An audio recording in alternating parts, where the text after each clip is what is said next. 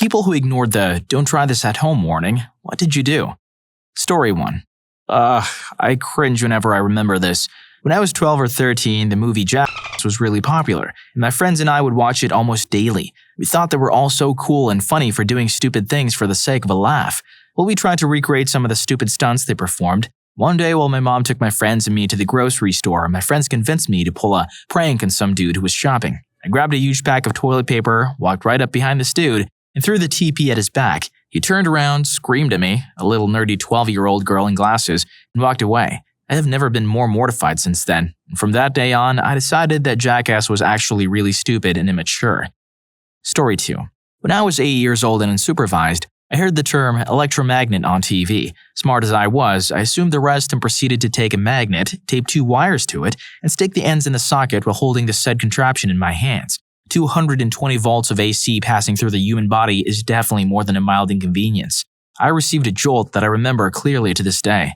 I burned the socket board, tripped the mains, and learned a lesson for life. I am glad that it wasn't eliminated from the gene pool that day. Story 3. Dry ice and a little bit of water in a plastic bottle, bad idea. The bottle expanded but did not explode. We basically had an armed bomb lying in a soccer field next to a playground. We had to make it explode somehow. So my dad took a long stick and hit it a couple of times. The bottle finally exploded, and my dad heard ringing in his ears for about a year. We did not find any traces of the bottle. Story 4. Do you remember lawn darts? A group of friends made our own rules. 2 teams, one in the front yard, one in the back. One member from each team was on the side lawn, from where you could see both teams at the same time. The goal was to rifle that dart. We only had one. We lost the others in a game of woods darts. Over the house and make a member of the other team, rightfully afraid for their life, move out of the way of the dart. 1 point if you made the move, -1 point if it landed within arm's reach and they didn't move. This game lasted until someone's parents came home and were horrified when they saw what we were doing. The 80s were a simpler time. Story 5.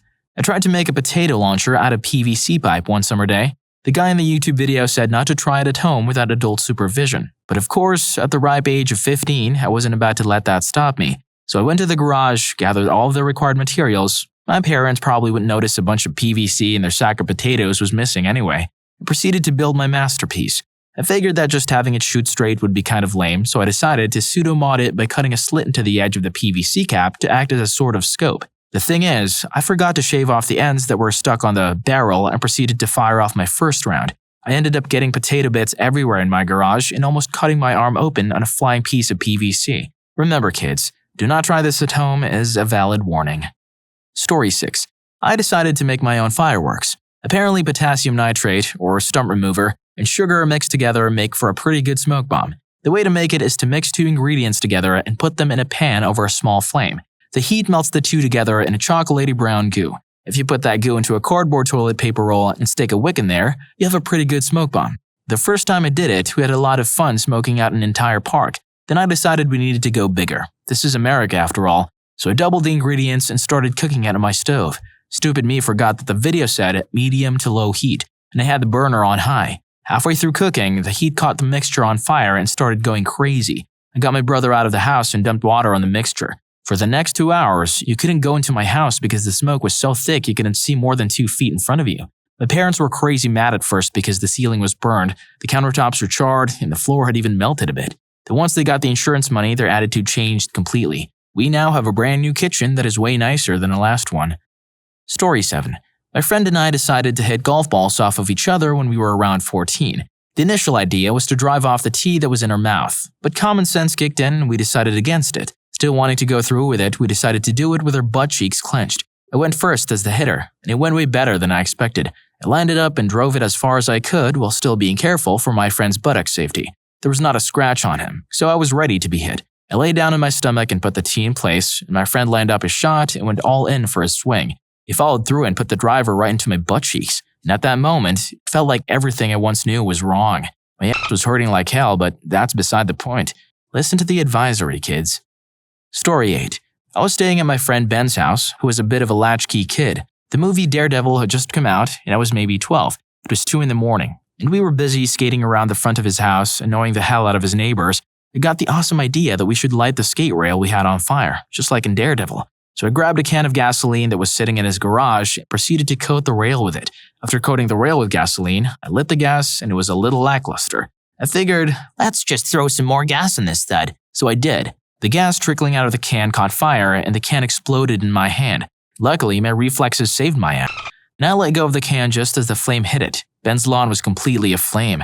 I just walked inside and didn't do anything about it because I didn't want to get into trouble. Story 9. My brother and I got the bright idea to see what happens if you put one of the CO2 cartridges used for BB guns into a fireplace. Long story short, the resulting explosion filled most of the main floor of the house with flying chunks of burning wood. Mom was not amused. Story 10. When I was about 10 years old, I crawled into a sleeper sofa with the help of my cousin. Here's why this was an incredibly bad idea. You cannot breathe, you cannot move, you can shout for help, but your cries will only travel about 5 feet because your mouth is smothered by a mattress. The spring mechanism, in combination with your weight, will make it nearly impossible for someone to pull the mattress back out, unless they're very strong or you're very light. My cousin had to run upstairs to get a grown-up to flip the sofa on its side so I could roll out. If I had done this stunt while I was by myself, I probably would have suffocated very quickly. Story 11. My brother and I used to play WWE with some of our friends as kids, but my brother would never let anyone win. One day, he came after me when I had one of the championships, and I forgot to say that he had the other 2 belts. So we had a match, and at one point, I decided to go for a powerbomb. I couldn't lift him up all the way and dropped him on the air conditioner, accidentally. He was on the ground, lying in the fetal position in a puddle of water, so I went for the pin, and he put his arm up. I remember the kids who were doing commentary screaming out of shock. I waited for him to get up and went for a super kick. Missed. And he pushed me into the bottom left corner of the window, and that piece broke. I got a cut in my forehead.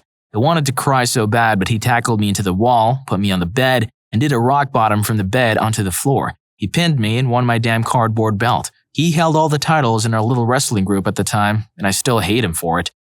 Story 12. So, I wore a baseball hat a little too much and had this huge, clogged, porous skin type thing on my forehead. It looked like a pencil eraser was smack dab in the middle of my forehead. I had it for 2 months with no change. I researched online and found that with a bottle of Jack Daniels and a few friends, I could use ward freeze-off and might have some luck with getting it off. I told my doctor, and she laughed in my face. She said, "Good luck with that. Let me know how it works out." I took that as a challenge, and just to make sure, I verified that there were no major facial nerves that I might accidentally freeze. In the end, it worked better than I thought. I essentially eliminated all the cell tissue and it fell off and healed up fine. 10 out of 10 would do it again. Story 13. I was around 3 or 4, and my sister was 18 months and 2 years old.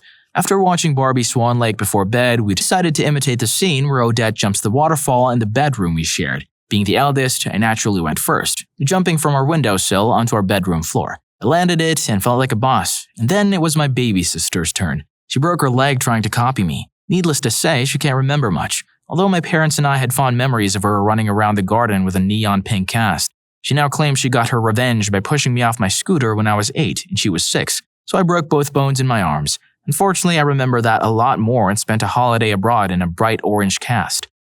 Story 14. I'm from India, and when we were kids in the late 90s, there was a TV show called Shaktiman, who was like Captain America for India. He used to fly, and there was a scene where he saved dozens of people who were thrown down from a building by a villain, and he used his super fast speed to save them all. My younger brother jumped from a building, and his last 2 words were, "Shaktiman bachao," or "Save me, Shaktiman," thinking he would save him and he would get to meet his favorite superhero. There have been more than 20 cases like these. I don't feel bad talking about it, as it's been far too long. Story 15.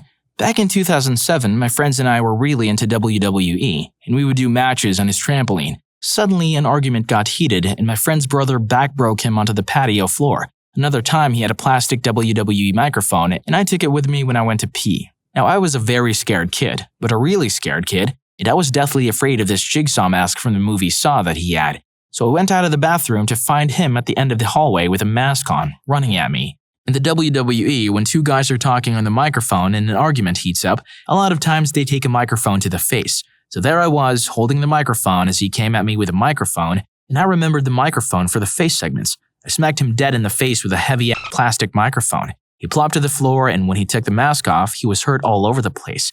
I was just distraught. Worst of all was hearing him scream and yell at the clinic as they were stitching him up.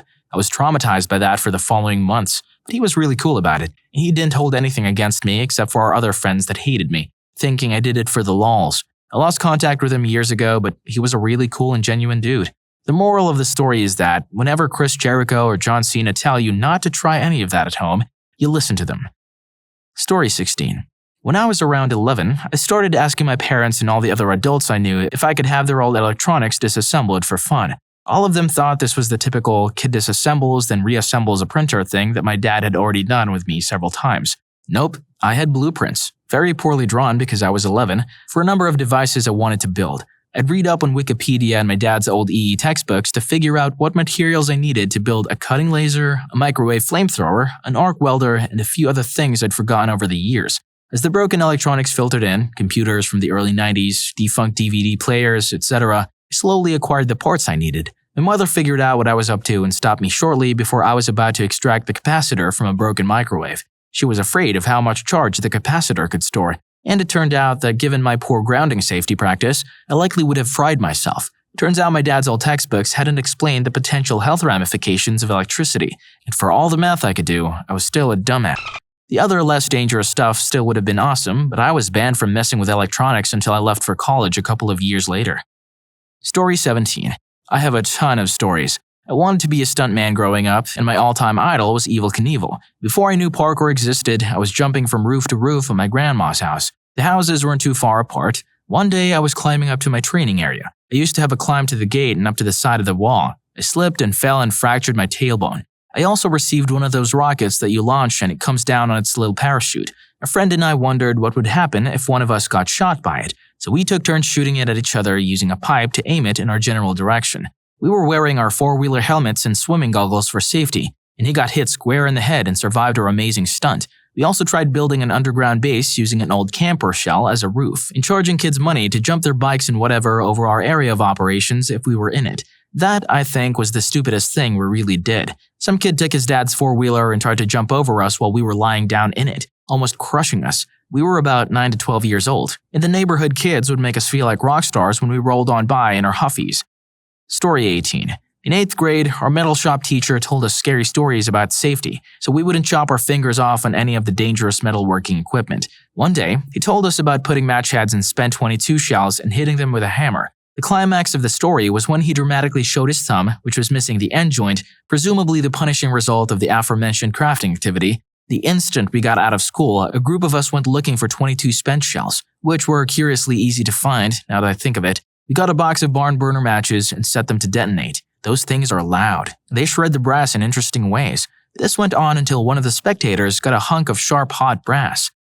Story 19. My little brother was the king. At 14 years old, he would take the bus into downtown Detroit to the theatrical supply store and buy flash powder. He would put it in a film vial with a wire head, seal the film via in a can of Bondo with a catalyst mixed in, let it sit for a week, then bury it, resulting in a 6-foot crater in the backyard. Flash powder comes in 3 speeds. Slow, which is more like a magician's flame thing, medium, which goes off with a big thump, and high, which is like a huge crack. High speed is powerful and designed to go off in open dishes, so sealing it up was crazy. Our parents were elderly and they hated the crowds of neighbors yelling in the front yard. Yeah, we were that family with so many craters in the yard.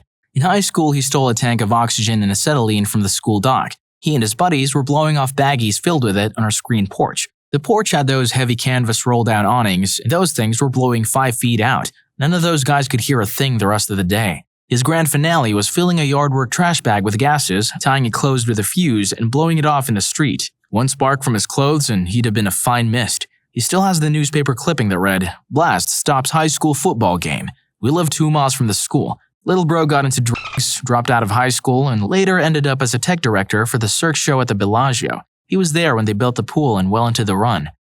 Story 20. I used to jump out of second-story windows and trees for the hell of it. If you bend your knees and roll when your feet hit, you'll be fine. Well, most of the time.